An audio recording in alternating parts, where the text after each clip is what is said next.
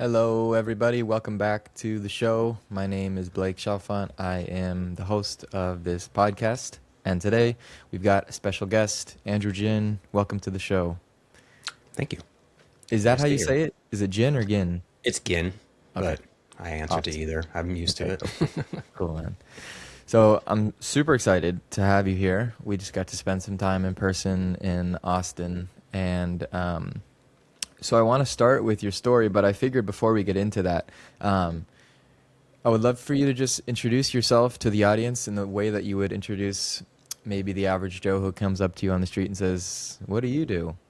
Um, I know. So let's start there. No pressure.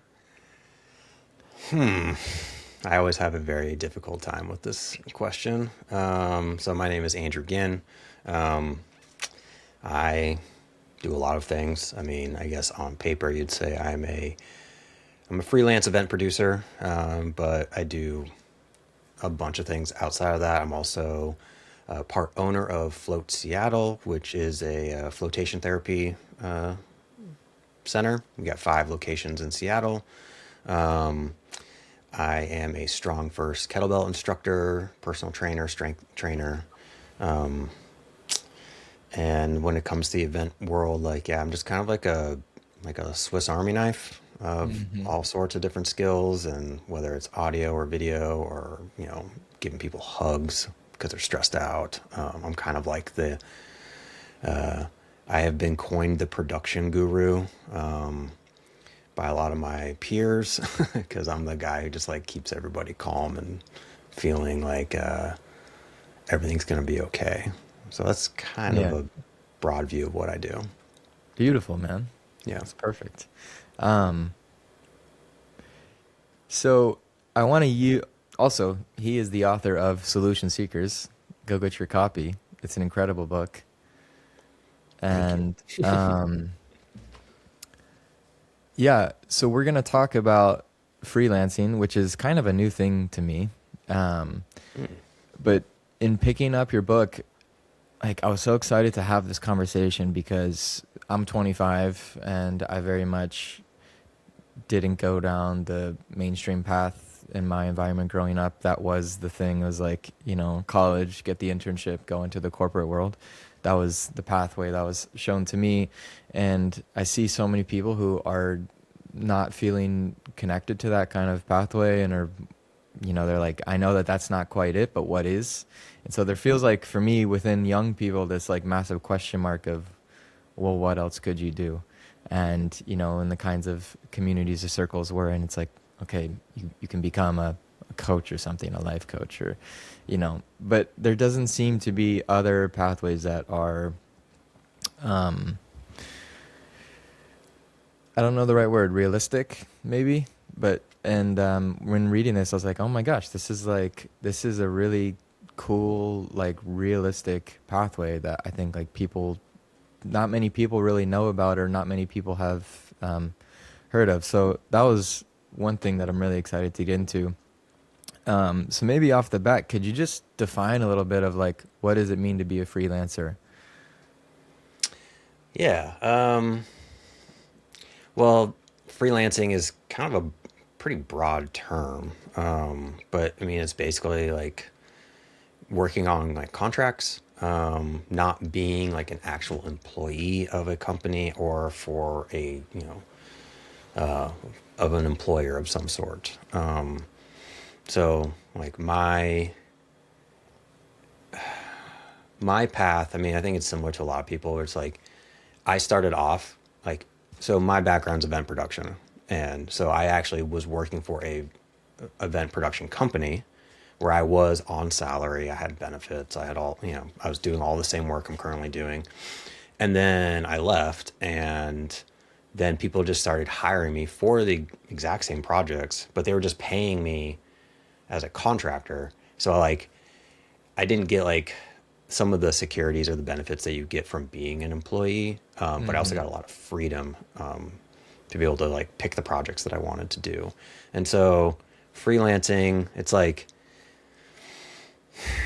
I think some people, and I used to do this a lot, where I would like say freelancing and like entrepreneur are like the same thing, and I don't Yeah. think they actually are.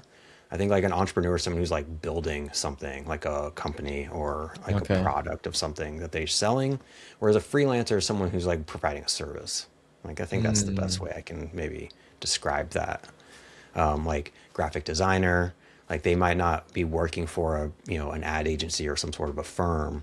There are right. people who would just hire them to do their graphic design for them. That'd be a freelancer. Or like an audio engineer, same kind of thing. I see a ton of these where like there's an audio company who has a concert or something that they are providing audio for, and then they hire someone outside of their company to then like run audio, either like run the board or help out set things up. That's where a lot of like my work is, where Gotcha.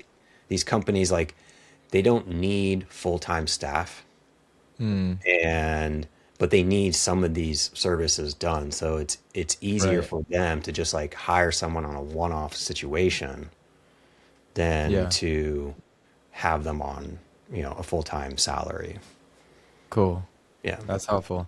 Yeah, so like website designers, podcast producers, all of this sort exactly. of thing are freelancers. Yeah. Would you say that um, in our current time, just like with technology and the kinds of, I guess, career paths with things like podcasting content and just all the other kind of ways that our society within careers is different than it was 10 years ago, would you say that like freelancing is becoming more and more of like a viable career path option? Like it's becoming more in demand? I think if people have a certain level of risk tolerance, freelancing is absolutely a viable path.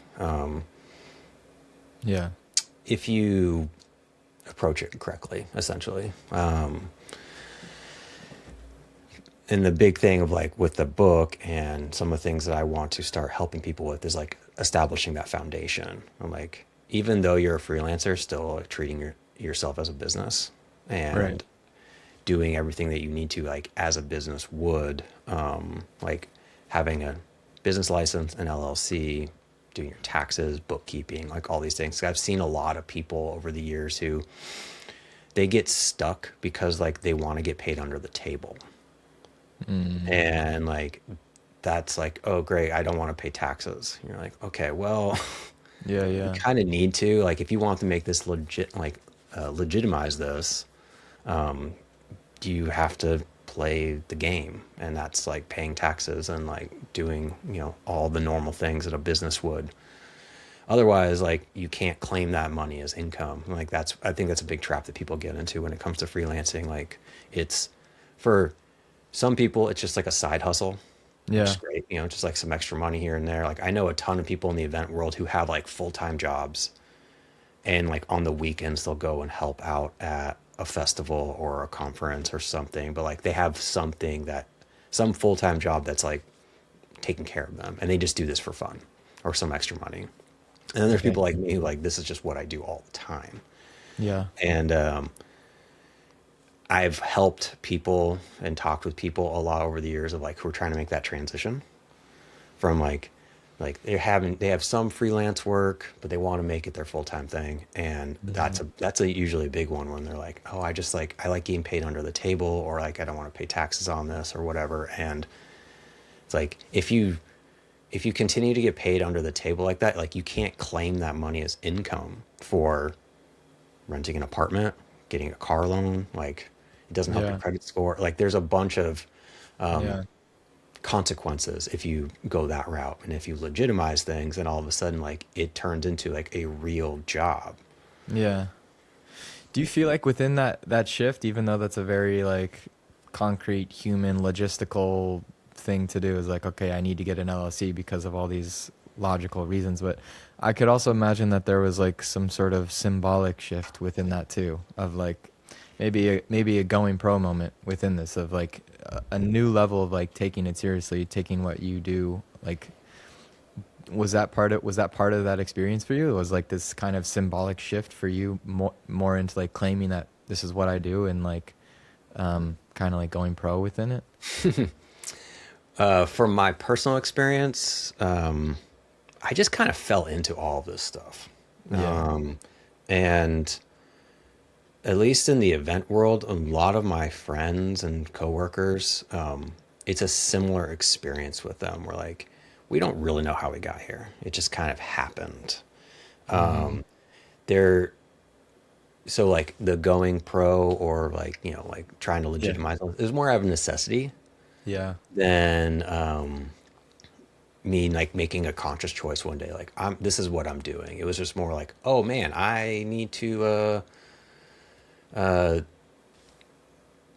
turn this into a business because like I'm getting, you know, like you get to a point where I was very fortunate where I was offered this client just kind of fell into my lap. And there's a difference of like in the event world specifically, there's a difference of like if I have an event company hire me to work on their projects, I am like a pseudo employee of them. Mm. But if I have a company hire me directly, they're looking at me as a business and as Mm-hmm. a vendor. And so like all of a sudden it's like you need like they don't want to work with an individual, they want to work with a business. So like I had to have an LLC. I had to have my Right. own insurance because like I'm working on their property and like I need to be covered in case there's any liability. And so Yeah. like those things require you to be a business. And so I just kind of had to make that leap. It wasn't Mm-hmm. something like one day I was like, I'm going to start an event company. It Yeah. just like just kind of Yeah. Yeah. happened. I Yeah. gotcha. Yeah. Cool. Cool. I would love for you to take us through the progression of you stumbling your way into this, you know, up to writing the book on the journey of it. Like, and maybe you can hit on like some of these pivotal moments within the journey of becoming a freelancer and actually thriving as a freelancer. Yeah. I feel like my entire life I've just had like this deep desire to like be useful and helpful and just to have this curiosity of like wanting to learn new things. Mm. So a lot of how this all started was just me being like, I could figure that out. Sure, that seems interesting. Let me try that. And so like Yeah. I'm trying to think of like I don't want to give you the full story, Yeah. Yeah. Were you always but like that? You always had that nature of like, I'm gonna figure it out? Or do you yeah, feel like that, you know, yeah. your dad gave that to you, or you just came in that way? I think it was mostly for my mom, Yeah. but my dad, I have a very not the greatest relationship with my dad. Mm. But there's one thing that has stuck with me my entire life, and it was something that my mom told me that my dad used to say to me when I was a little kid, and it Mm. was that you're an innovator, not an imitator. And he'd said Wow. that to me when I was like 3 years old, 4 years old. Wow. So that's always stuck with me. Yeah. And I've always just kind of like blazed my own path, Mm-hmm. like my relationship to school when like high school, like I made high school my bitch, and it was just because like, and it started with me just being like really rebellious, but like in a positive way, like, Yeah. and this is something I have to keep reminding myself that when I actually like let my voice be heard, like good things happen, like because I'm Mm. always like kind of like wanting to be behind the scenes. Yeah. Yeah, when I was in high school, my junior year just kind of turned into like a really dark time Mm. for a lot of reasons that I don't need to go into right now. But I just had like people just like turning on me. I felt like I Mm. was just like very isolated. And it was Yeah. also when I started smoking weed. And Mm. so I went very internal. And like I had a class, like this AP US history class. And I mainly took the class because I loved the teacher because I had him the year prior. And he warned us in that class, in his world history class. Is like, hey, this AP US history class is totally different. Yeah. And I didn't. I I was took like, that yeah, yeah, class too. whatever. I just like didn't listen to him, and I fucking hated this class. like so badly. Yeah. And and it just got to the point where it was like I just like didn't want to do the homework, and I just Mm. like hated being in there every single day. And like every like Friday we had to do these like timed essays, and like there was this one like I tried to quit the class, but he was like, you signed a contract saying that if you quit in the semester that you automatically fail the class, or like some like it was some like outrageous thing.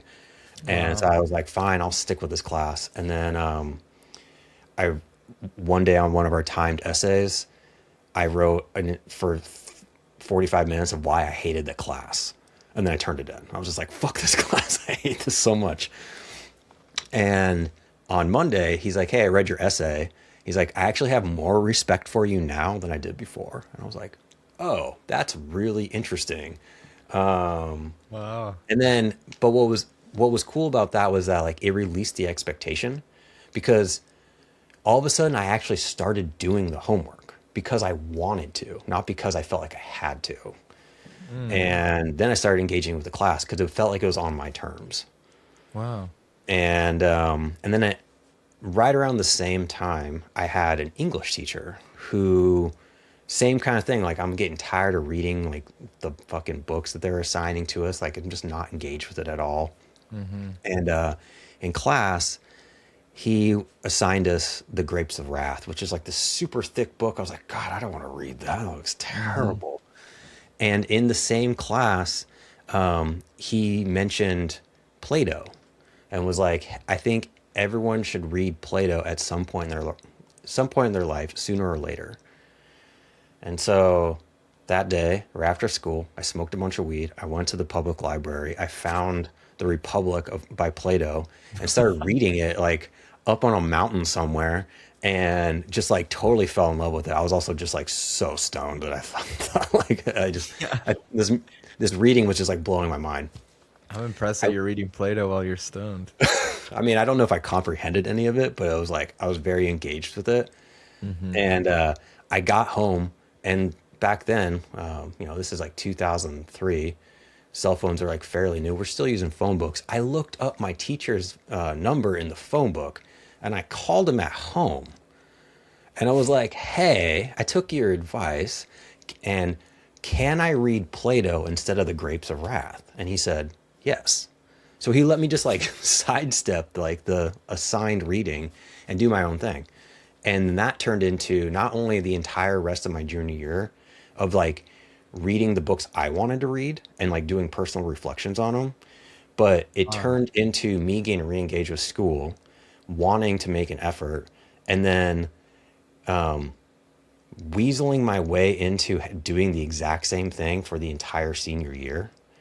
And I like was able to like make my senior year like I had like the best schedule ever. And I like originally I was going to do AP English because I was so like engaged with English again. And then first day in the class with this teacher, I was like, this guy sucks. Like I don't know why everyone here loves this dude. This guy is a prick. And I didn't want to be in his class. And I went back to my old English teacher, Mr. Valentine, and was like, hey, can I do what I did last year? He's like, sure. So I got to spend the entire year just like reading my own books. I became his TA, and like I started Wow. writing a novel. Like I was writing a novel and this all came from a mushroom trip. I decided like me and my best friend, we thought like our lives were very interesting, and we were going to write a novel of like, we were going to document our year of high school. Like I was a senior and he was a junior, and we were going to document our lives independently and then combine the two together as like this like story of two best friends in their time in high school. Wow. He did not continue with it, but I did. And so like my teacher let me just like use an entire class period every day to like go to the library and just write. And so like I had like I just kind of like made school the way I wanted to, and it allowed me to be very engaged, but it's because it was on my terms. Yeah. And that has then permeated into like my college life, and then also just like into the life that I live currently. Wow. That's profound. I feel like I didn't answer your question at No, all. that is so juicy. I've never heard of someone having a high school experience like that. Yeah. And I think like not many people in high school have that level of, maybe they have it, they're just not willing to do something about it, like that level of like inner clarity about fuck this, I don't want to do this, and then the willingness to actually say something about it. But the way that re-enlivened your desire to actually learn and to engage, I think is so meaningful. Like, what with the history? By the way, I took AP with history as well, and that class was so hard for me. But, um, like, was it the fact that you got to just speak your truth about not wanting to do it that like was the shift, or was like, do you feel like the shift came from his response to you writing it? That's a great question. Um, I think it was a bit of both. Like there was just this like relief of like Mm-hmm. it couldn't get any worse. Like it was kind of at the point where like I was not doing the reading, I was not doing the homework. Like I wasn't necessarily failing the class, but like I only got one C my entire time in high school, and that was because of like I had a very I didn't understand calculus, which I found very strange because I was really good at physics, Yeah. but like calculus didn't quite click with my brain, even though they were using very similar formulas. And my senior year in calculus, like I just was struggling so bad that my teacher was like, if you just give a effort, just try, I'll give you a Mm-hmm. C and then you can drop out of the semester. I was like, oh, thank God. So that was like the only C I ever got. So even in the AP US history, I still got like a B. So Yeah. it's like, it's not that I like was failing the class. Uh, Mm-hmm. I just didn't, yeah, I don't know. Like there was just something about like, oh, I I do want to learn about history. Yeah. and Yeah. and I'm gonna read as much as I want to. I'm not gonna like if I don't read the full assignment, whatever, because like I Yeah. wasn't reading it before. I'm doing more than I was last time. So Yeah.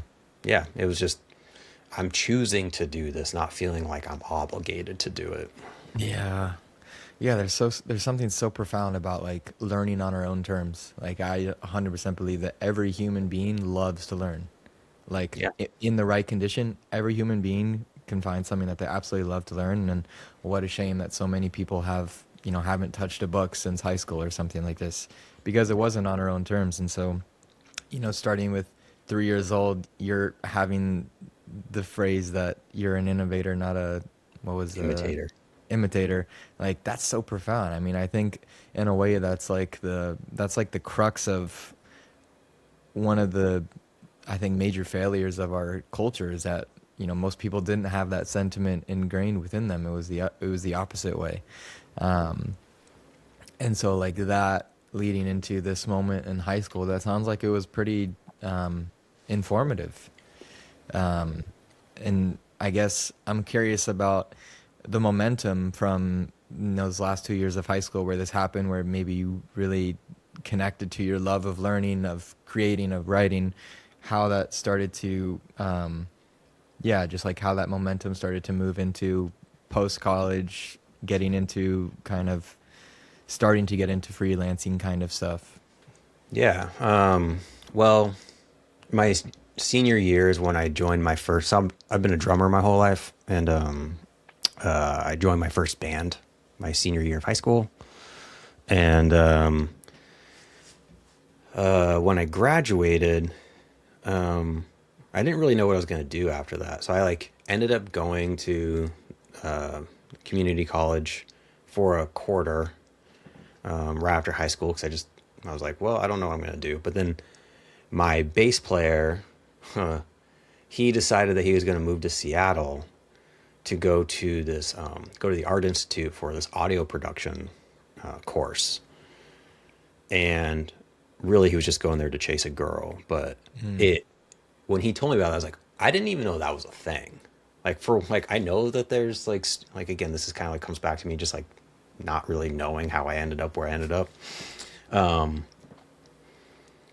I I know that there's recording studios. I know that people like run them.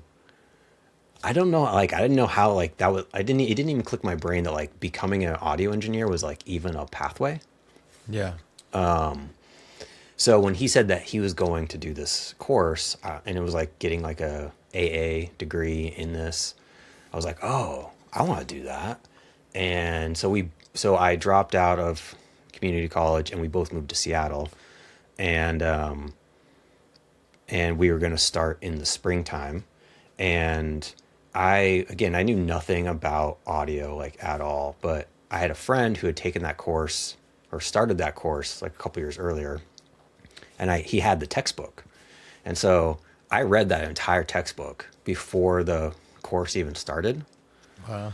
and didn't understand like hardly anything in it, but I was like highlighting a bunch of stuff, and just like I wanted to have like some sort of like base level understanding of this. And I feel like this is kind of like how I like to learn, is like I absorb, like I get introduced to something, I don't really understand it, and then I get introduced to it a second time, it makes a Yeah. little bit more sense, and then I reread it, and then it locks in. So it was like this was something I just like intuitively did, and I saw the benefit of it. So it was like I read it, didn't fully understand any of it. When I got to the school and I heard the teachers talk about it, at least had like some sort of a reference of what they're talking about.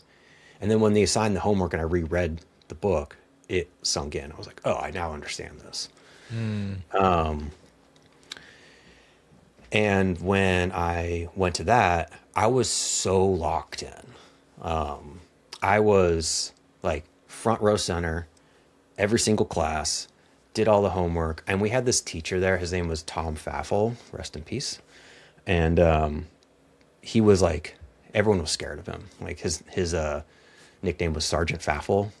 And because like he was like the hardest one there. And he was like the Sounds most good. badass dude. Like out of all the teachers there, he had like like he was like the audio guy with like Nirvana and like Black Crows and Wow. Aerosmith, and like he was like a real engineer, like very well known around a lot, in the circles. And everyone was afraid of his classes because like he was so difficult, and like his test at the end of the quarter was like this, like you had this, he basically would like you go into the recording studio and he would just mess all sorts of stuff up, like unplug things and press different buttons, and you had 5 minutes to like figure out how to get the music playing through the speakers.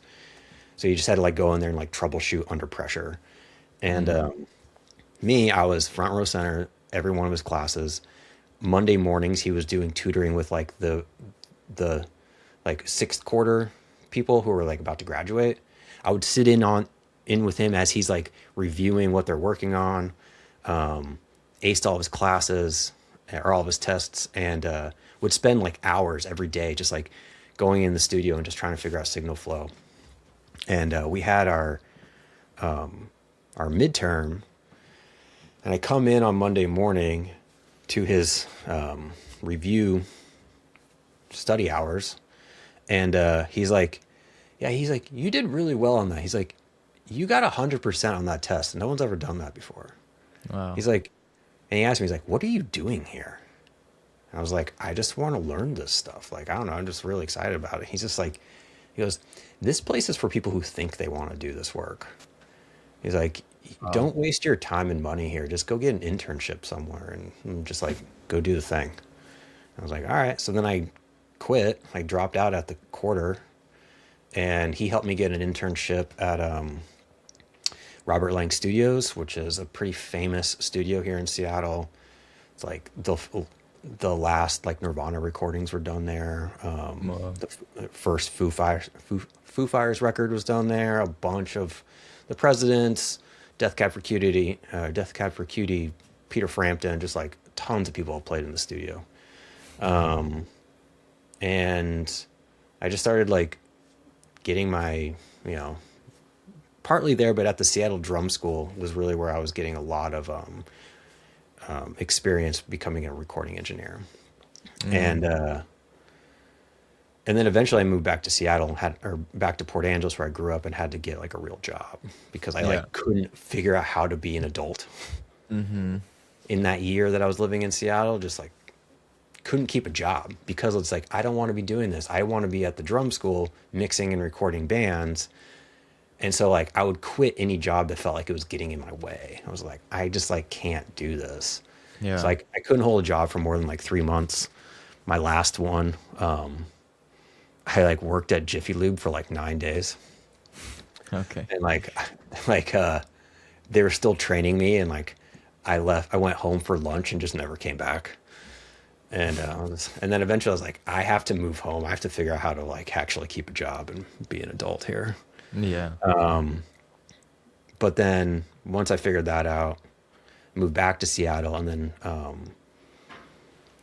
started working in radio. Like I just had a friend who like worked at the radio station, and and because I was a musician, he like thought I'd be great on the street team. And then because I had audio experience, eventually over time, I became one of the audio engineers. And because I like had a little bit of interest in photography, then I started doing some photography for the station, and then I started doing some videos, and then I became the video editor because I just like asked someone like, how do you do this? Wow. And just like over time, just like all these like little skills, just like I just kept acquiring them, just trying to be useful, because like at the radio station, like a street team person, the timeline for them is typically like 2 years, because like that doesn't pay very well, the hours aren't great. And there Yeah. was just like a couple of us who just like figured out how to be there for 7 years, Yeah. and it was just continuing to be useful. And yeah, I had a friend, like all this stuff just started just like kind of happening. Like a friend asked me to like go pick up some timpanis for a concert at the Moore Theater, which is like a famous old theater here, like a 2,000 person theater. And I just showed up at the theater with these timpanis, like, you guys need any more help? And they're Yeah. like, well, yeah, you can help like unload this truck. I'm like, okay. And then one of the guys like fell and hurt himself. Now they're down someone. They're like, hey, do you want a job as a stagehand? I'm like, I don't even know what a stagehand is. Mm-hmm. I didn't know that like being the person to help setting up these shows at these theaters was like even like a legitimate job. Like I had just like no concept of this. So then all of a sudden I became a stage manager. I'm like, all right, cool. And then like I worked there. I did like 3 or 4 shows there. And then the radio station was putting on a music festival. And I walk into the office one day and they're like, hey, you're going to be the stage manager for the local stage. And I'm like, what?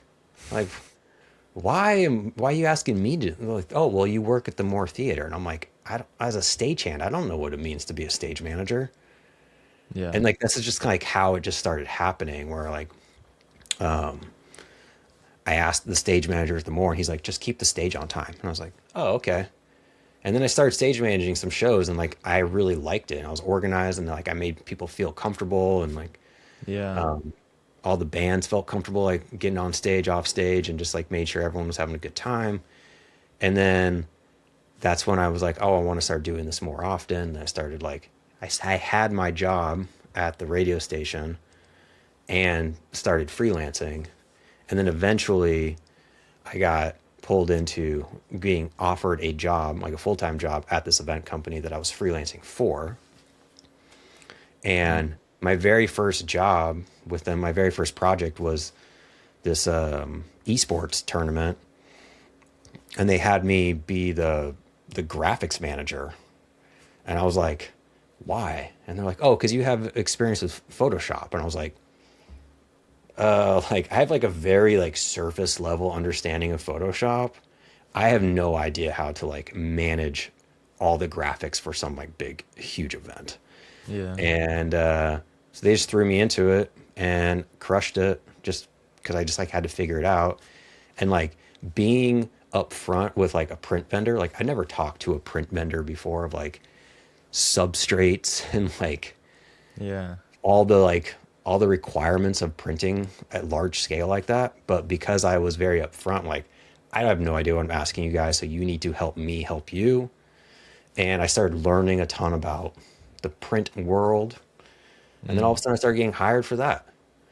And Wow. as a contractor, like those some of my first couple gigs was just like being the signage manager, because I got forced into learning that. Yeah. Yeah, Wow. and that's just kind of how it started, I guess. Once again, I feel like I went on a tangent, didn't tell you what you No, actually it's asked. amazing. I mean, you've had it's a wild story and a path, and it's like there's so many there's so many core themes that I feel in here, and I want to share like how it lands for me, what I see, but I'm also really curious to know like I mean, you've written about this in your book, like when you look back on your path though, like what are some of these core threads that have been with you throughout that maybe have led to certain successes and whatnot. But this teacher you had at school is so epic, and like what he said to you of why are you here, I just like lit up hearing that because it's I can imagine that that's such a like a profound moment to hear from someone that you respect that much. It's like why are you here, you know, you could be doing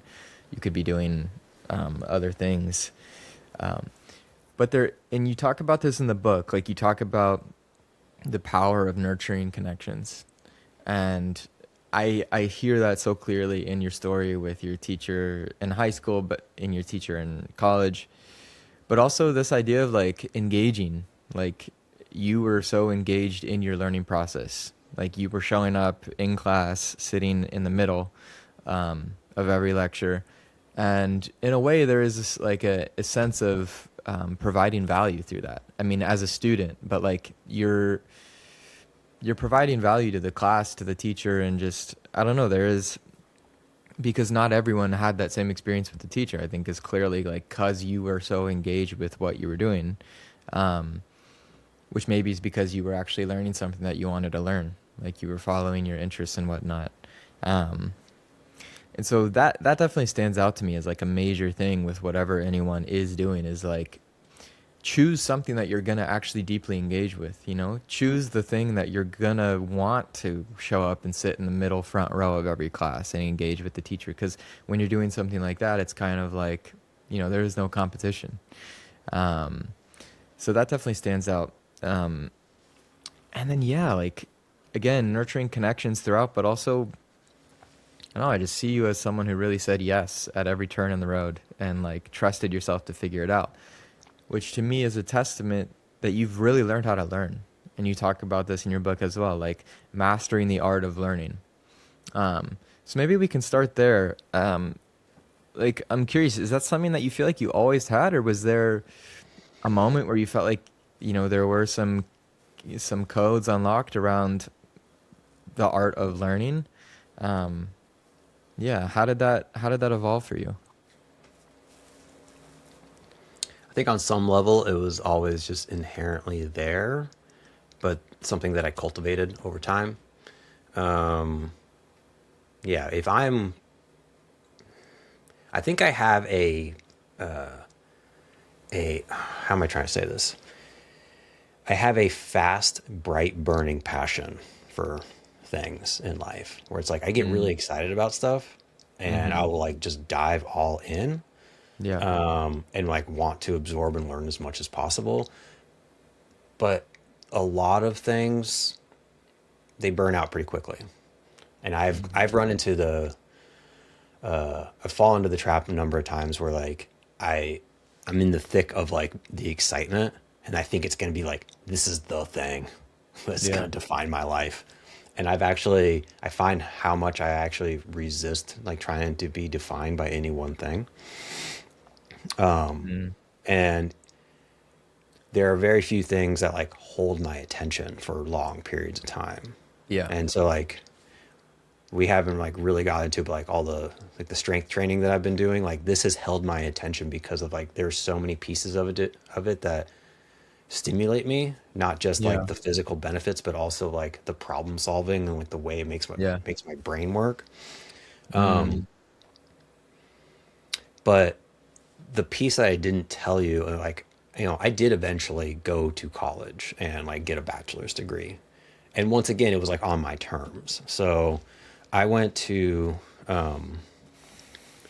when I was like 24, when you can like claim yourself as an independent, I went back to school and I was going to this community college in Seattle. I didn't really know what I wanted to do, but I thought I wanted to go into graphic design. And so I started taking some classes, some English classes, math, a photography class, and was wanting to go down that path. And then found out they had a whole music department. And I didn't even realize they had a music department. And so I Mm. changed and started going down the music route. And once again, music theory, for whatever reason, like just completely made sense in my brain. And so I had this Wow. teacher who, Jeff Junkin Smith, who wrote our music theory book. So he took like the normal like super thick textbooks and he got it down into like this like tiny little 120-page little like they print the books at the college, like they're not like a published book. And it was a music theory, it's not rocket science. Like that's what he called it. And so he just like distilled Sweet. everything down into make it very, very digestible. Yeah. And I just fell in love. Like, I don't know, like I can't necessarily hear what is being played, but I can figure it out on paper. So we Wow. do like the Bach chorales, which is like these 4-part harmonies, and there's very specific rules on how the notes move along the page. And I was like, oh, this is just problem solving. This is just a puzzle. Uh-huh. And I was like, I'd finish these tests in like 5 minutes, and like everyone else was taking like the entire hour to finish them. I not only did I like finish the first quarter of music theory within the first quarter, I finished the first full year of music theory in the first quarter. I just like read through the whole book, Wow. and he just like kept helping. He's like, I've never seen anyone just like absorb this information like this before. And like he let me start sitting in on like the second year theory classes while I was still in first year theory. And he wrote this letter of recommendation for me that was just like, I've never seen anyone like have a passion for it like this before. Like this is so wild. Yeah. And Wow. another one of my teachers, he was like one of like not a counselor but like an advisor, and he was asking me like what my thoughts were about after my 2 years here, and he told me about the Evergreen State College, which is down in Oh. Olympia. Yeah. And there's like kind of a funny like full circle moment that I'm about to get to. So Mm. they are a very different type of school. Like maybe you Yeah, lived in yeah, I Olympia, know of it. yeah. People from like Seattle and Washington think of it as like this hippie school, but like I've Hmm. heard that like a ton of people like come to this school because of like its multidisciplinary Yeah, approach. for No sure. grades. Like they don't give you transcripts, but they give like every teacher for every quarter will give you like this very in-depth review. And so like what my teacher was saying, he's like, yeah, like if you go to a university, you get this transcript, you see people's, what their grades were. He's like, but if you get a transcript from someone from Evergreen, it's like 30 pages long, and you have like a very in-depth understanding of who this is as a human being. Wow. And that was really interesting to me. And he started telling me about these independent learning contracts. And then all of a sudden it just like clicked in my brain that like 6 or 7 years earlier, I was wanting to do this full year program, drum program at the Seattle Drum School that my teacher was putting together. I was so hell bent on being in that first class but I couldn't afford it because it's not a real like accredited school, so there was no like Hmm. financial aid for it or anything. And so I was trying to find like ways that I could figure out how to take that course, and somehow I stumbled upon Evergreen State College, their independent learning contracts, and this is a way that like you can create your own curriculum. But you had to be a junior to do an independent learning contract. So like that, I was just like, well, that's going to take me all these years to do. I'm not even thinking Hmm. about school. So I just kind of put that out of my mind. So here I am, fast forward like 6, 7 years later. I'm sitting with this advisor, and he's telling me about Evergreen State College and their independent learning contracts. And I completely forgot that like this was a path I was thinking about. And I decided to go to Evergreen, and it was like down to the last minute for me to find a teacher to sponsor me because I had no connection to any of these people. So like I went to Evergreen, but I never moved to Olympia. Like I never stepped foot on the campus. And I Wow. basically used Evergreen as a way for me to go do this year-long program in Seattle. And once again, it was like I went down during orientation to find a teacher to help to be my sponsor. And I was like so surprised that I couldn't find anybody who was willing to be the sponsor for this, because it was like, I'm literally handing you a pamphlet of like what my curriculum is going to be for the entire year. This seems like such a easy thing, but I Mm. didn't understand how these programs work. And it's like, you become like an additional student to their workload already. And like, if you don't have a relationship with them and they don't have an understanding of like what it is that you're doing, Yeah. they're not willing to take that risk. And so I went to like the obvious choices of people who were like in the audio.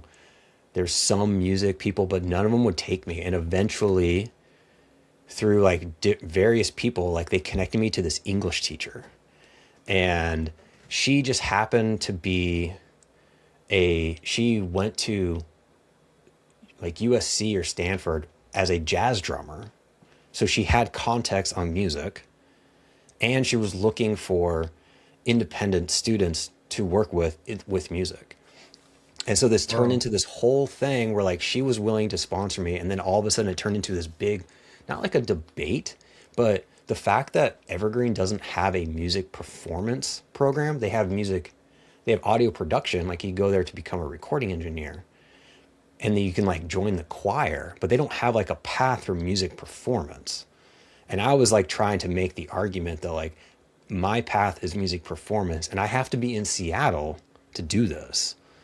And all of a sudden it turned into like a conversation amongst the faculty of like why this was a good idea. So it helped Mm. like kind of change their own approach, just because I was like so hell bent on doing this. Yeah. So this is once again like I went to school, I got the degree, but it was on my terms. Like I was Yeah. like, I'm not going to go and like do your thing. I'm going there to do this drum thing. Yeah. Anyways, so my drum teacher, he's the one who really instilled this learning to learn thing. Like when you go and work with him, like he'll specifically tell you, like, I'm not going to teach you how to like play a specific beat or a fill. He's like, I'm teaching you how to teach yourself. Wow.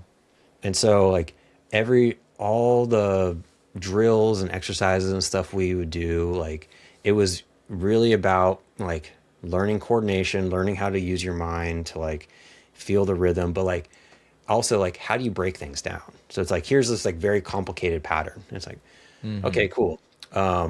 Well, we don't want to learn this wrong, so we're going to learn this measure by measure, and we'll learn it beat by beat if we have to. Like Yeah. you're going to learn this first bar, and then we're going Mm. to keep repeating that until it feels good.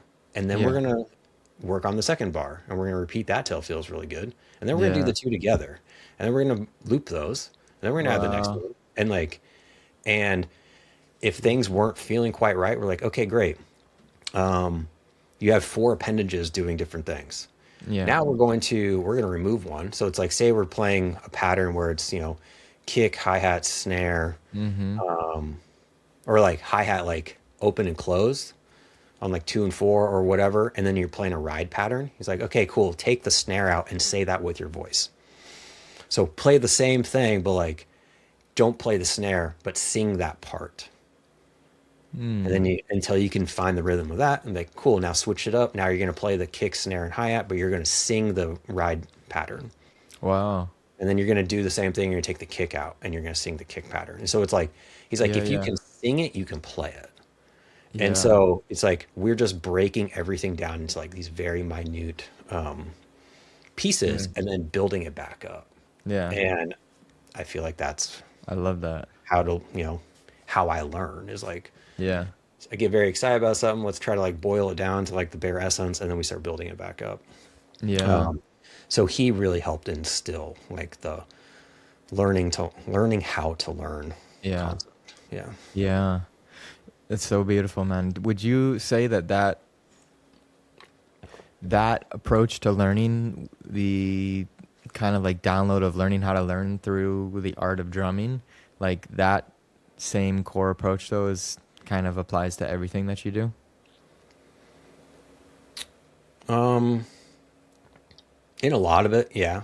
Yeah. Um, especially with like my strength training, Yeah. because as we talked about at the retreat, like in Strong First, we treat strength as a skill, and so strength Hmm. training is a skill practice, just like it would be like playing drums. Yeah. In approaching it that same kind of way, it's like we're not trying to work out; we're trying to like develop the skill. Yeah. And through developing the skill, like there's always going to be little tweaks and nuance and how you approach it, how your body's feeling. Yeah.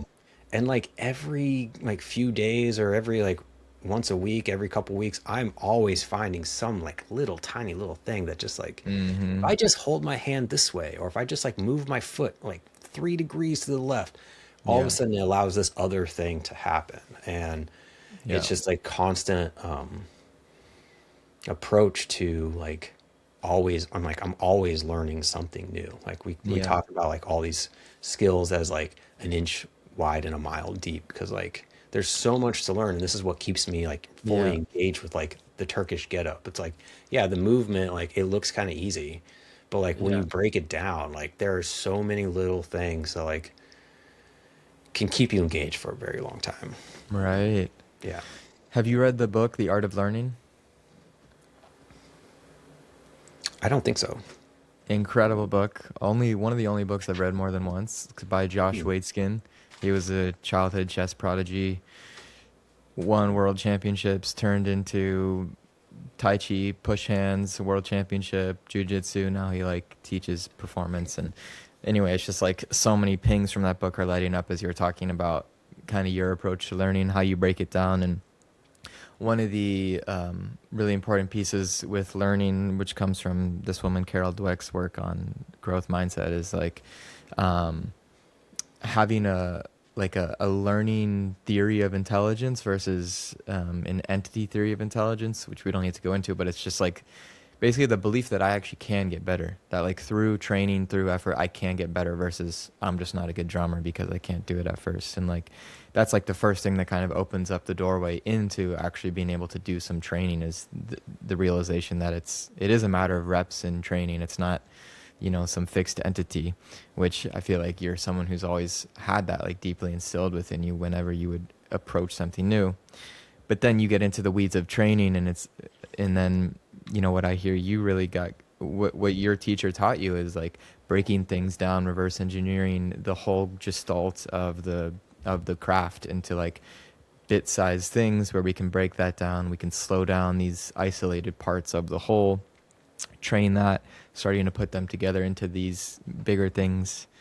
And then also like in his book, he talks about how he would practice specific chess moves where there would just be two pieces on the board. It would be like the queen versus a rook or something, and doing like these very isolated things, which I kind of hear you saying when you would take out the snare of the drum, or kind of like just these practices with taking things out or moving things back in. And so that's so beautiful, man. I love that you got to have that experience with that teacher. And I think as you're talking, like if I was going to give a title to this episode into your life, it would be not figuring it out. What was it? Oh, I lost it. Kind of figuring it out, but there was, you said it. You said it. It'll come back to me. It's okay. But just like this, yeah, putting yourself in new environments and like figuring it out over time, and then it becomes integrated. And yeah, it's beautiful. Yeah, that growth mindset versus the fixed mindset is I think, a really big driving force for me. And we're taking the Deva course together, and this is kind of part of what I'm planning to do. Is I've had a lot of resistance to it, but like a lot of the stuff that's in the book is like kind of what I'm going to base whatever this thing is that I'm creating, whether it's a Yeah. course or a cohort or whatever. Yeah. And that's the thing that like it you know we got asked like what's the thing that breaks your heart, and like I don't know if it's stuff that breaks my heart. It's more of just like things that frustrate me. Yeah. And I think that is, I mean, it's a similar thing, and Mm, frustration is a signal to me, yeah. and it's seeing people with a fixed mindset and like Mm, kind of like having an unwillingness to even try to do something, even if like there's, yeah. because I see this all the time. There's people ask me to do things that like I look at me and like this is like a very easy Yeah. thing to do, and there's really not like, all you just need to know is just like how to do it and trust yourself to be able to do Yeah. it. You know, Totally. like I mean, this is like a silly example, but like replacing an outlet. Yeah. It's like, okay, you just need to know that you need to turn the breaker off, and then you just unscrew the thing, and then you just put the wires back on and turn the breaker on. Like that's not difficult. You Yeah. just don't have trust in yourself that you can do it. Yeah. Totally. And so I like think, someone will ask me to do something like, I'm just like, are you serious? Like I just yeah, told you how to do it. Just like, just go do it and realize that you can do this. Like, it's not that totally. difficult. I think this is a huge thing in our culture. Like in terms of the fix versus the growth mindset, I think our culture is high percentage, and I think they talk about that in her book, like high percentage of fixed mindset. And it, I mean, I can track this within myself as well, and people who, want to learn Notion, and then it's like the first time they open Notion, and she's like, whoa. Hmm. Um, I think yeah, I think what you're touching on is really profound. And the cool thing that he talks about in this book, based on her research, is like how quickly, though, how quickly when someone is in an environment where the culture is more of a growth mindset, how quickly that switch can happen for people. Hmm. Like in the right nurturing, it's not like, doesn't need years of repair. It's like in the right environment, like people can start to act from a growth mindset very quickly, which I think is beautiful. And it's like, whatever you do for your day, of course, um, I've thought about this before, like having people come in and it's just like being able to be in an environment where they are pushing that edge of maybe learning something that they were intimidated by or something, but having someone to be there. Because I find, at least when I do feel that edge of like, oh God, this is something new, whatever, once I get over that initial first hump with it, it's like it's easy. But for me, it feels like this kind of like initial spike of resistance that most people don't ever walk through that first door. But once kind of walk through that first door, it feels like it's, like I can actually do this. Yeah. It's like it's, it feels like some sort of like just lack of self-confidence, like a very like deep, like, you know, you can see people walk around being like, oh, they're very confident and like sure of themselves. Yeah. That's not necessarily what I'm talking about. Cause Yeah. like, I don't know. I feel like I'm a fairly like, in person, I can be like shy and like timid and like Yeah. wanting to keep to myself. But like, there is something deep inside of like, if I'm posed with a problem, like I can figure it out. Like I got that. And that's kind of what I'm like there, that kind of confidence of like, Yeah. I'm confident in myself that I can figure out whatever is in front of me. And if I can't, if I give it a shot and I can't, then like I will then farm it out to someone else. But like I at least want to like give it a shot myself to see. Totally. And part of that, I think it's a you know, a gift, a power, whatever. But also like kind of comes from control issues, Yeah. trust issues. Yeah. And so I think Curse of competence. some of our like, you know, traumas and stuff, like they become our superpowers, but like it also is Yeah. bred out of trauma. Like I clearly have like trust issues, and I Mm. noticed that where it's like I can't, like I'll just do it myself because I can't necessarily trust that someone else will do it, either do it well or do it to like whatever level that I want them to do it at. And so Yeah. then, you know, so I'm like, I put too much on my plate because I'm like, I'll just figure it out. I'll just do it myself. Because I know Yeah. at least if I do it, then I know that like it's getting done the way I want it to. Yeah. And this has been a challenge that I've been working through over, you know, quite a few years. Also, like wanting to step into being more of a teacher, and Yeah. you kind of have to allow people to fail. Yes. And I've been in situations, especially like with the events in the event world, where everything's like very high paced, fast paced, and like high stress. Yeah. Where if I'm working with someone who like they need too much explanation, Mm-hmm. I'm like, fuck it, I'll just do it myself. Yeah. Because it'll take more time for me to explain this to you than it is for me to just go do it. Yeah. And that is not necessarily a great place to be stuck at, because then you're stuck Mm-hmm. doing everything yourself and not like learning how to rely on other people and giving people the opportunity to learn and get better Mm-hmm. themselves. And so I've been trying to get better at that over the years of like delegating more and just like Yeah. letting go the fact that like things might not happen the way exactly the way you want them to, but they will get done. Right. And if it doesn't get to like the level that needs to be done, then it's a learning opportunity. Yeah. Yeah. I'm curious if someone's listening to this and they're thinking to themselves, that's totally me. This person more with the fixed mindset. The outlet goes out and I'm, calling the technician to come in versus trying it. Like they know that they have that edge to try new things, but they have the desire to learn new skills and they want to get better at this kind of art of learning.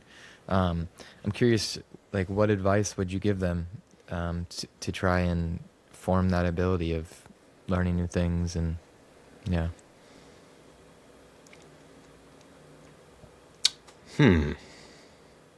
That's a good question also. Um,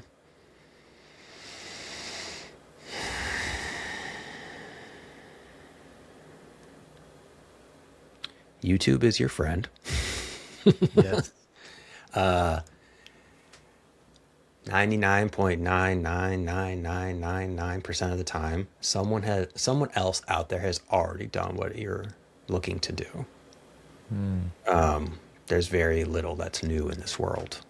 And so like try to learn from somebody else. Yeah. Whether that's through YouTube. I mean, AI is definitely a like kind of a crapshoot. Like you can get some good stuff, but it can also put you down the wrong path pretty easily. And if you don't have the discernment to recognize that, then Yeah. you'll you'll get misinformation that is masked in good information. Mm-hmm.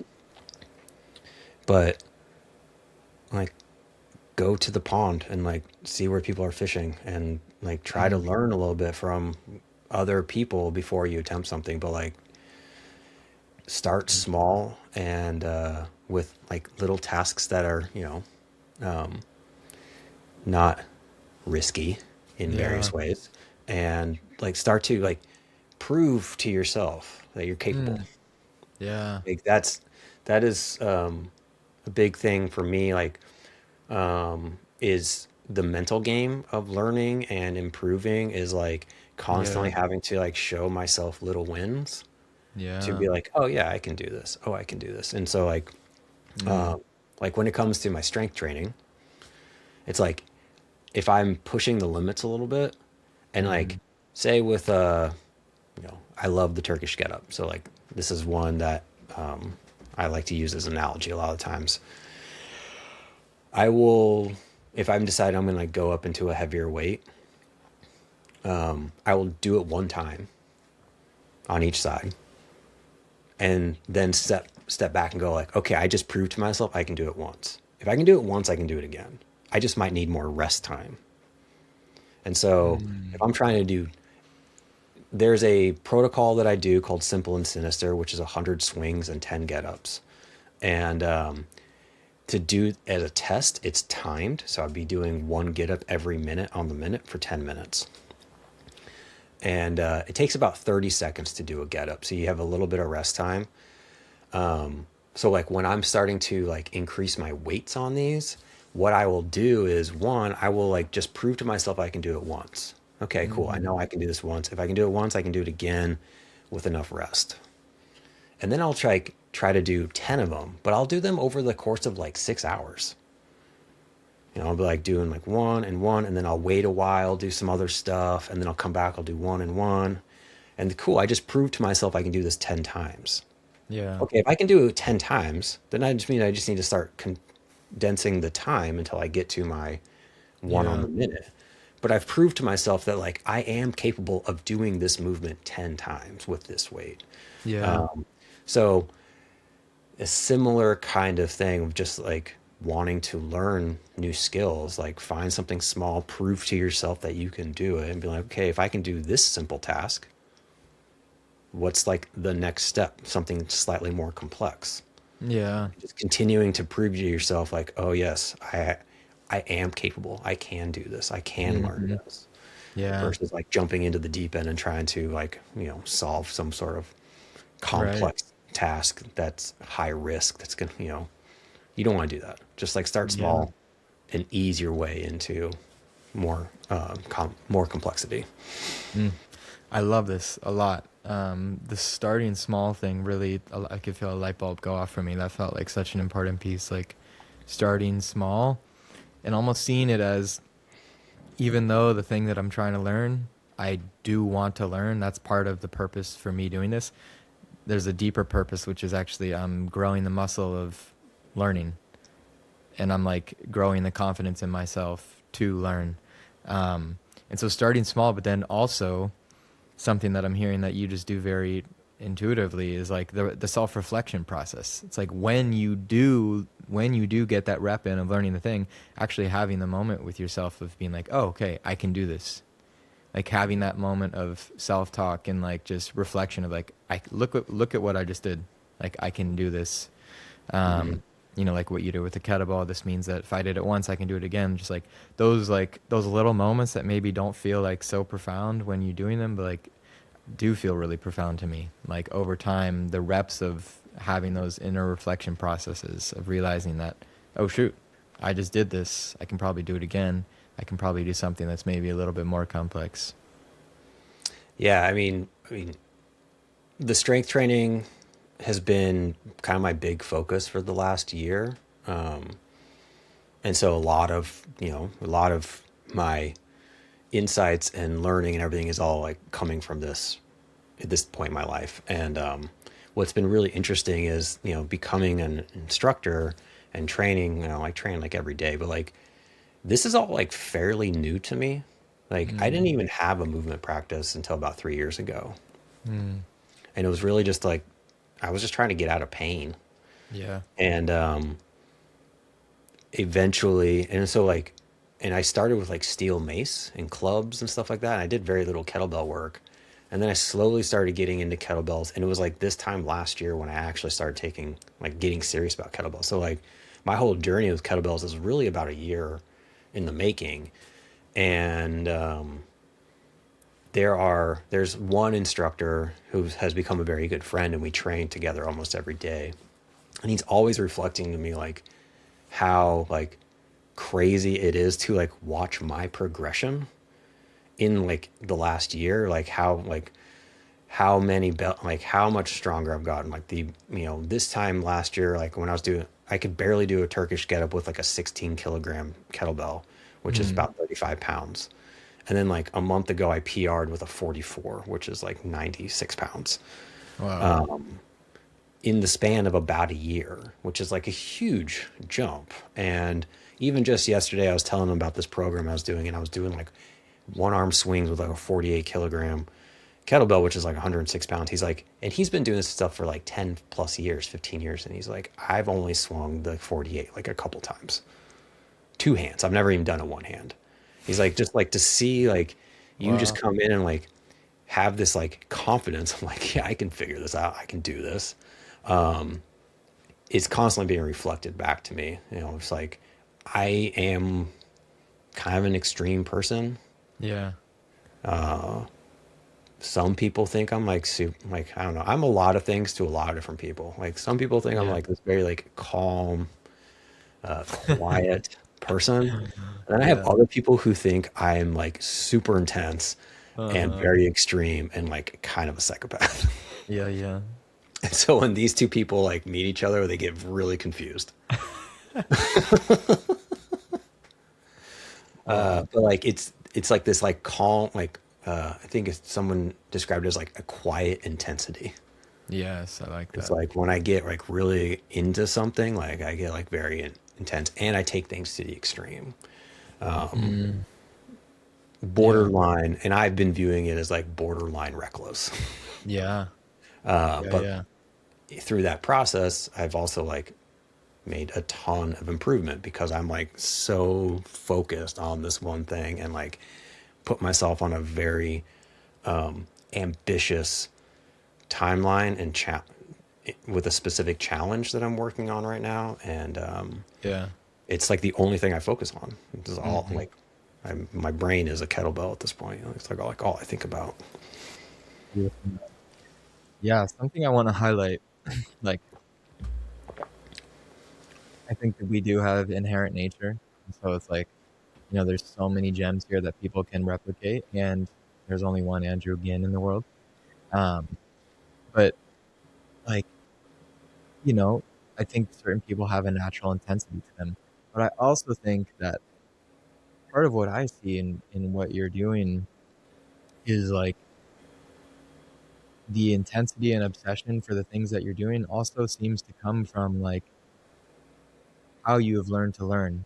Because like, I don't know, I feel like when you learn to love the process of learning, and yeah, when you learn to love the process of learning and then you're learning something that you genuinely want to be learning, it like creates this field of like magnetism to do the thing whereas a lot of people, because they haven't really learned learning, or it's a fixed mindset, like they don't get to access, I think, that level of like obsession and like let's go.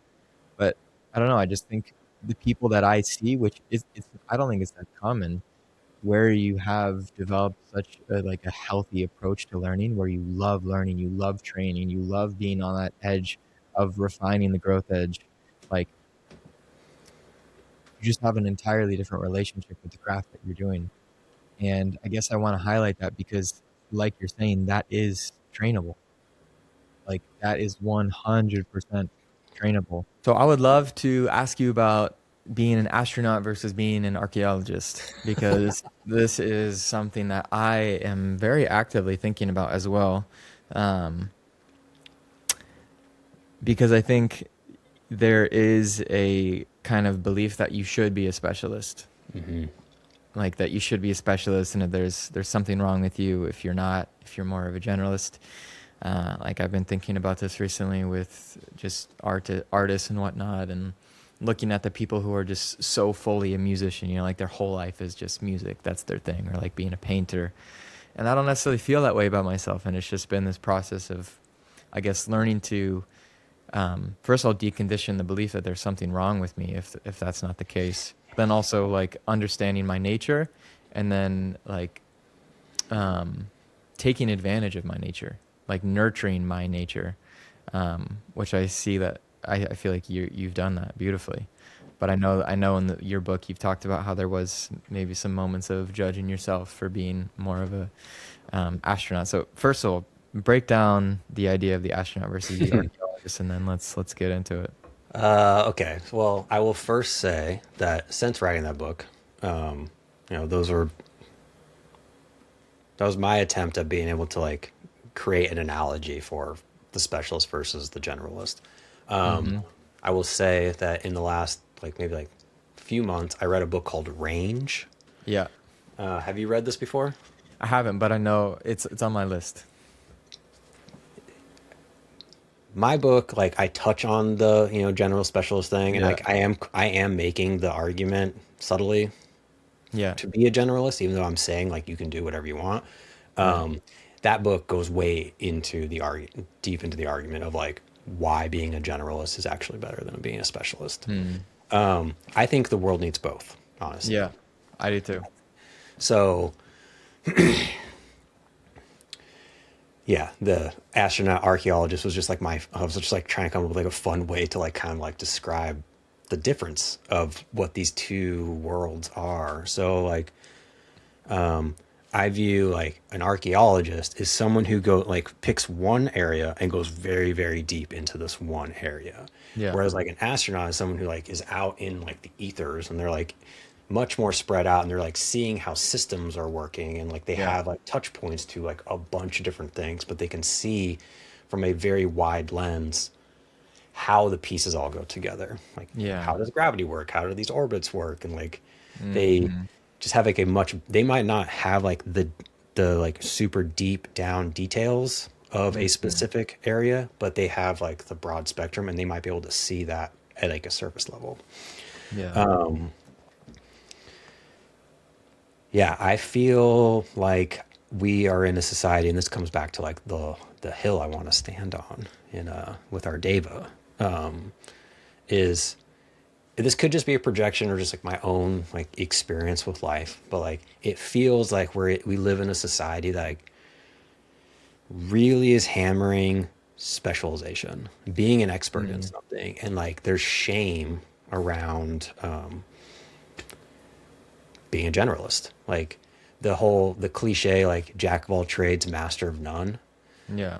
I went down a little bit of a rabbit hole the other day on this, like 2 days ago, and it's like Mm. because I had heard, and I think it's from the book Range, that there is a second part to that quote. And it's jack of all trades, master of none, but oftentimes better than a master of one. Oh. And then, but then I also like learned a little bit about the history of that, of like when, so it's like this is a term and a phrase that has been like tacked onto over the Yeah. years. So the jack of all Gotcha. trades comes from like the 16th century, like the Renaissance era. Someone who is very capable and has a lot of different skills in a lot of different areas. And it wasn't until like the 1800s in the literature where master of none started coming in. And Yeah. to me, like if I'm like connecting dots, it's like, okay, we were in a time of the Renaissance where people had like these, everything was about art and philosophy and like Hmm. combining different modalities together. It was a very beautiful, expansive time and era. And then we Yeah. start getting to the 1800s, and now more industrialization starts happening. And so it's like there was a cultural shift into not being a jack of all trades. So now, like, let's kind of shame you for like not having mastery of one thing. And Yeah. the term or the phrase, oftentimes better than a master of one. Apparently, according to the surface level research I did, that part of the phrase never appeared until like 2006. Oh, So that's a okay. pretty new thing. So it's like it almost seems like there's like this like reversal. Yeah. So I find that to just be very interesting, like the history of that phrase. Yeah. And yeah, like growing up, like I just felt a ton of shame around and disappointment that I like didn't pick a field. Yeah. And that was how I felt like all through my 20s. And some of it like was from my family. Like my dad was very similar where he would like jump from thing to thing. Hmm. And I remember very specifically like when I quit the art institute, my mom being like, "Oh God, I just don't want you to turn out just like your dad," and that stuck with me for a long, forever. Oh. And so like I was feeling pressure just from like my Fuck. family of Yeah. like I need to stop bouncing around. I need to figure something out, Yeah. and I just couldn't. And it wasn't it wasn't like a physical shift, a tangible shift, I guess what I could say. Like I didn't. It was a mental shift. It was perspective shift for me, which was Yeah. like over the years, I was like, I've just been collecting these new skills and just like putting them in my tool bag. And it wasn't until like I had that reflection of like looking back, being like, oh, actually, this path that I took, it was different than the mainstream path of becoming a master, but it had a ton of different advantages. Yeah. And so like from the event world perspective, like I saw a number of people who did specialize, like an audio engineer or a video person or a lighting or a photographer or whatever. Mm-hmm. And we might have like started out around the same time. And I watched like them start, them getting better at their craft, them starting to get more work, and get busier quicker than me. But Mm-hmm. for me, it was like this slow burn. Yeah. And I would just keep getting hired for like different types of roles, getting more experience in those. And then because I'd have different roles, that means that different types of people would hire me. And eventually, because like there was enough people who knew I had a broad skill set, they were just hiring me because they just wanted me to be around Yeah. and knew that I could just like fill in the gaps with stuff. And so like while there's this one person who like might be like an audio person who's getting a ton of work and like going on tours and doing all this stuff, like that's the only option they have. Whereas for me, I would have, even though it took longer to get things rolling, when it did, like I was always getting work because Mm-hmm. I could jump into being this type of role versus that type of role. Like I could be your production manager, I could be your graphics manager, I could be a stage manager, I could help you with your audio, I could help you with this, I could do that. I can do all those things Yeah. on one gig. And I realized that Yeah. that was its own skill set. Like Mm-hmm. and so that was, I made the choice in hindsight of like, this was my path to mastery. Like being a generalist is a path to mastery if you choose to view it that way. Yeah. Yeah. This is such a just something I can tell I'm going to be thinking a lot about because it's so alive for me. But I think it's a really important question because I do think there's a lot of people like myself who maybe are in this moment of like judging themselves. Partly because I feel like in the spiritual community we think it's resistance if you're switching lanes, or it's like, oh, I'm giving up on this project. It must mean it's resistance or whatever it is. Versus just like maybe I'm not here to do one thing in a silo for the rest of my life versus the generalist. And like you said, I think we need both, but I think it's so important for people to recognize maybe you're not a specialist, maybe you are a generalist. And I think part of the, like, maybe part of where people get stuck is like this question of what's my purpose or what's my dharma, and like how I think people have gotten caught in assigning that to one specific thing. Like my purpose is being a writer. My dharma is blank. And so I'm really curious to hear from you, how you have related to the idea, like what is my dharma, and then maybe starting there. But then I'm also curious, like what are like the pockets of experience where you just feel most in your dharma. Opening up a can of worms here. Before I get into that, in response to something you just said about like the bouncing around from thing to thing, Mm-hmm.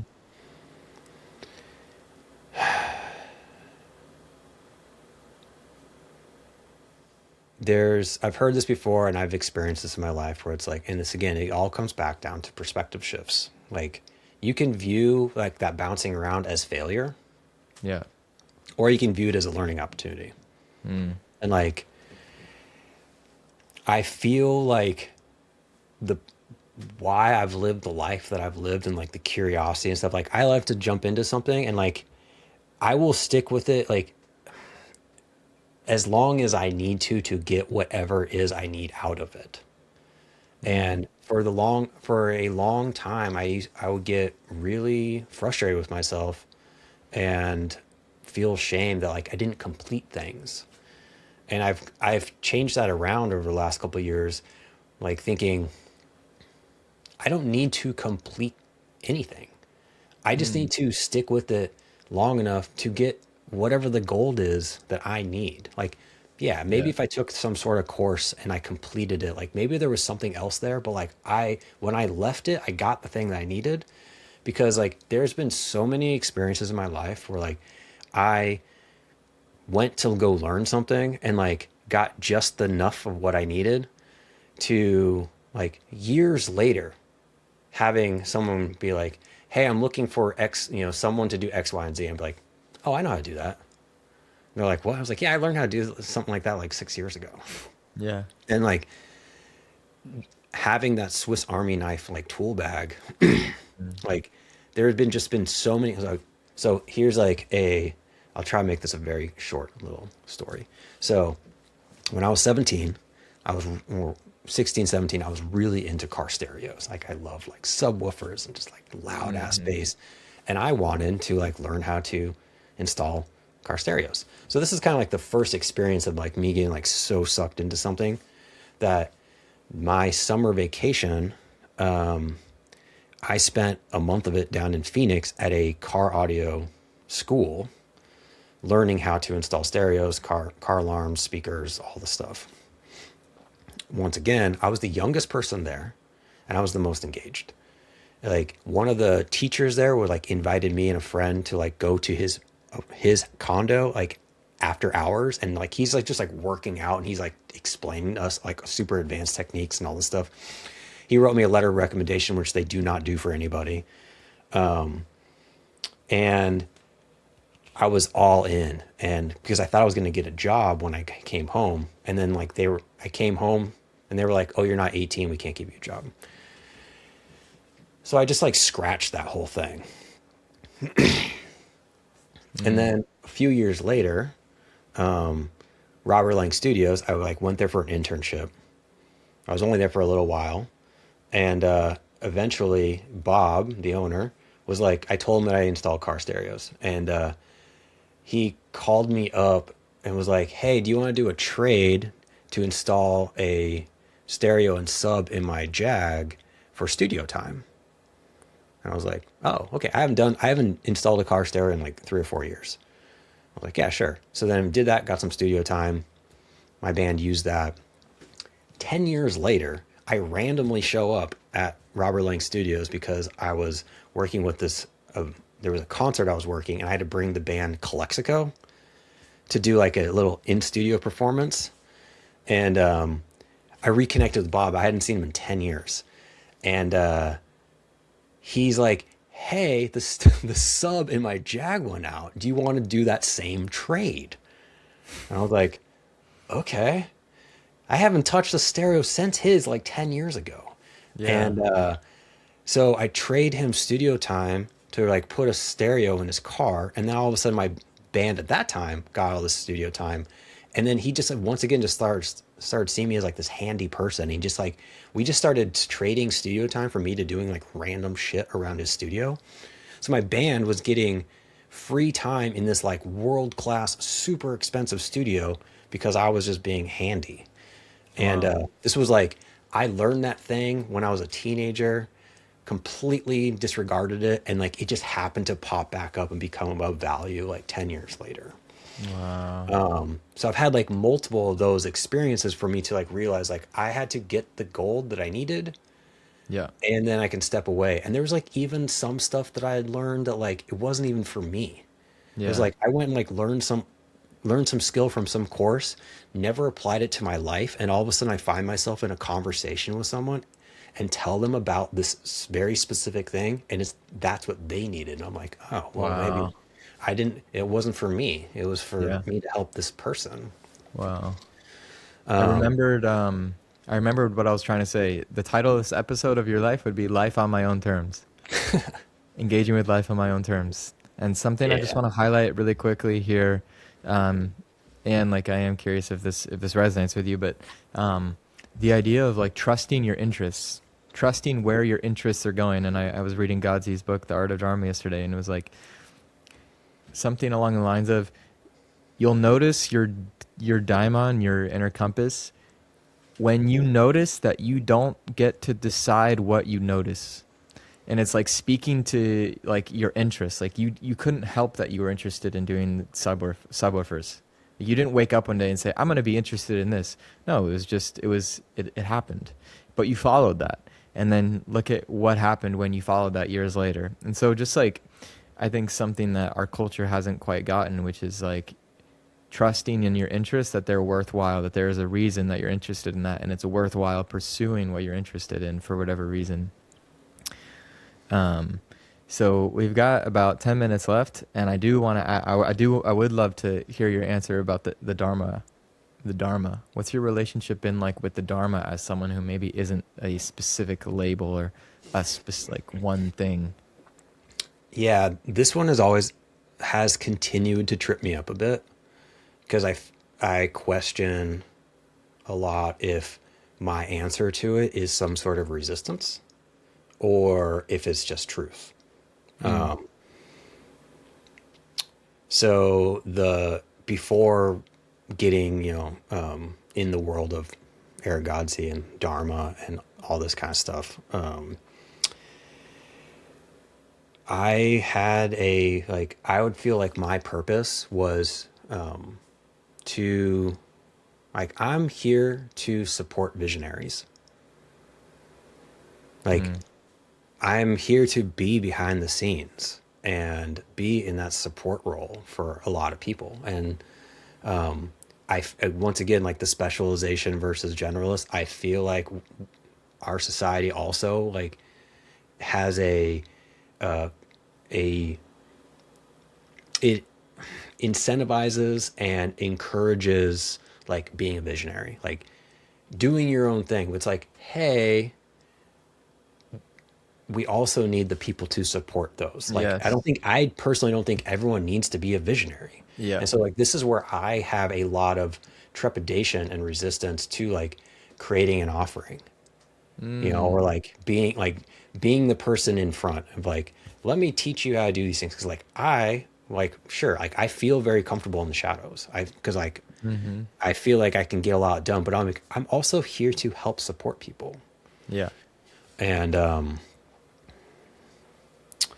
so I've felt that for a long time. And then if I go down like the spiritual woo woo path and like I've had various, Akashic record readings, human design, like all Mm-hmm. these like various things What's your human design? that point back to that. What's that? What's your human design type? I'm a generator, Okay. and with Cool. a like Yeah. Yeah. the sacral is like my like Cool. way I engage with life, which Cool. also Yeah. makes a Yeah. lot of sense. Yeah. And so yeah, I feel like I'm here to support visionaries. Like, Mm. and I see that in my life where like, Mm-hmm. I'm supporting my very dear friend who's the owner of Float Seattle. He's the visionary. I'm here to support him. When it comes to all these events, like I'm here to like, I don't want to be like the guy who's like in charge and responsible for everything. I'm here to help make sure that they're here to do their best work. Yeah.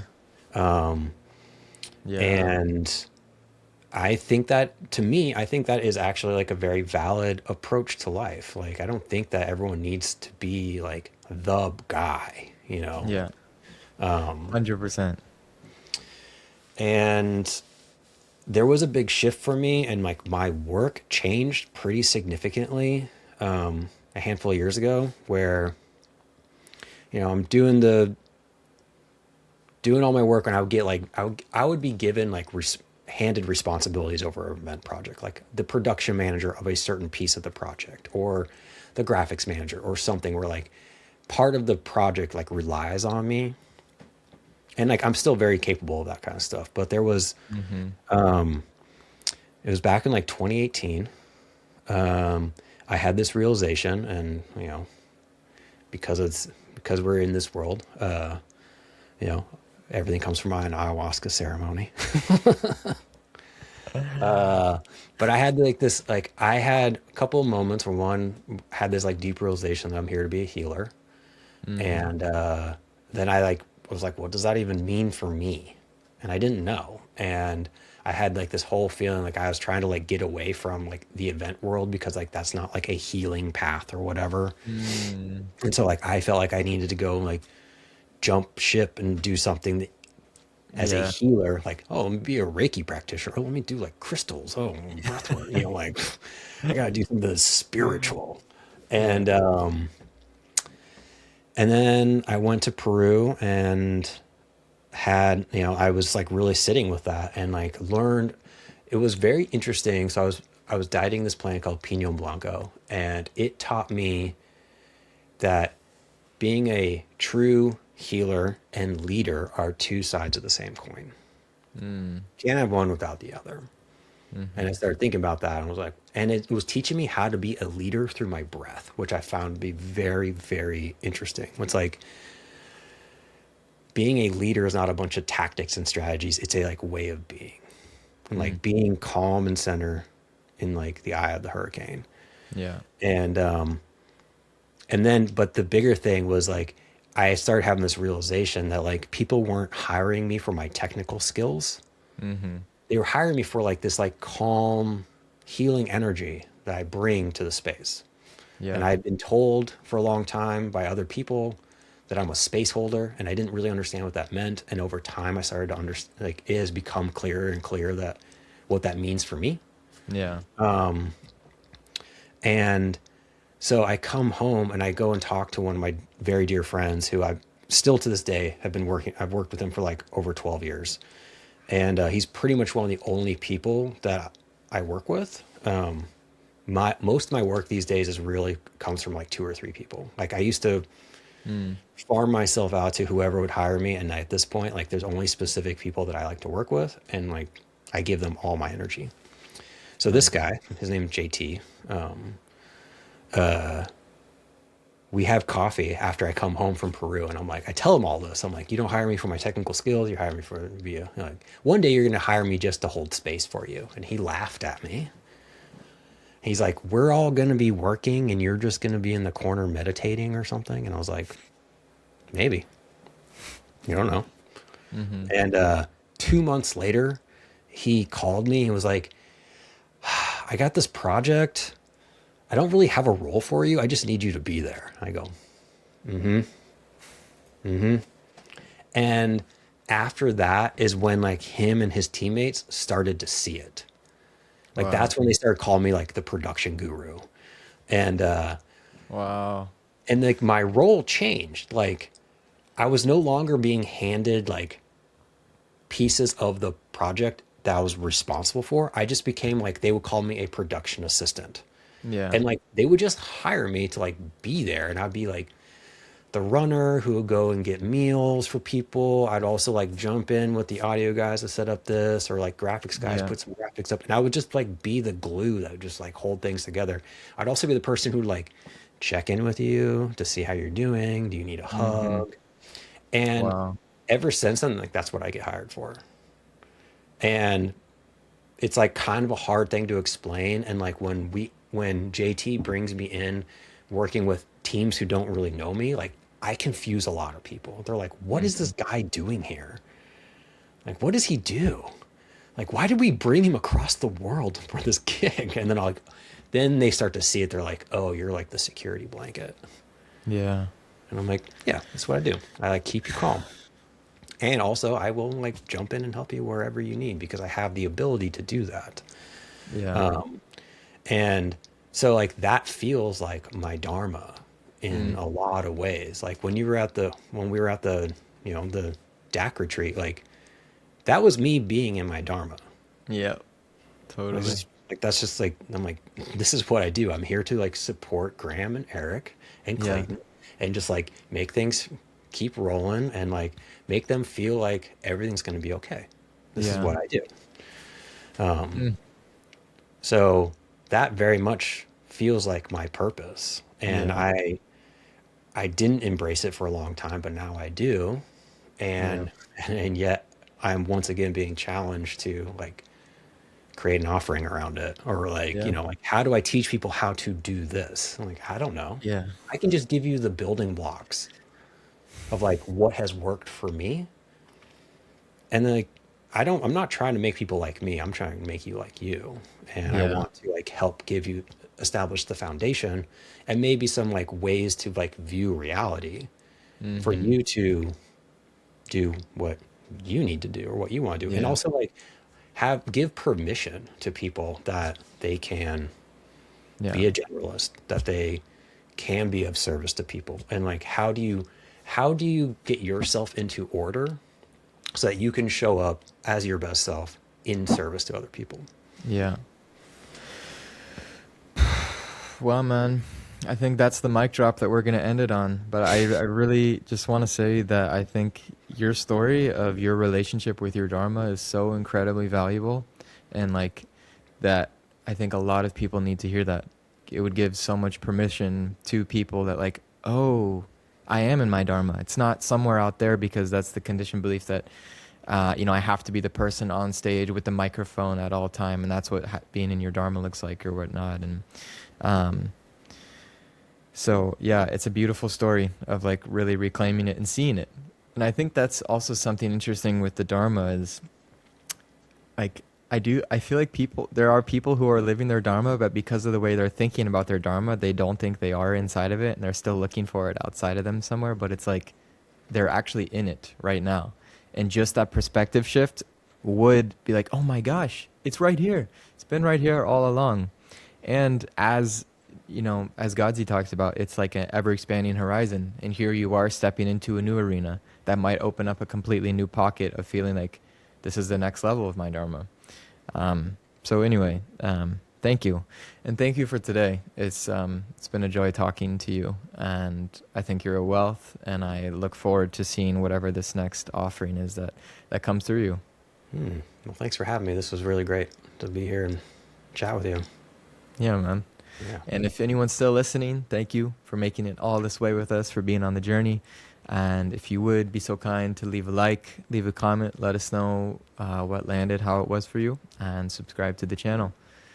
And with that, that's all we've got for you today. Thanks for being here.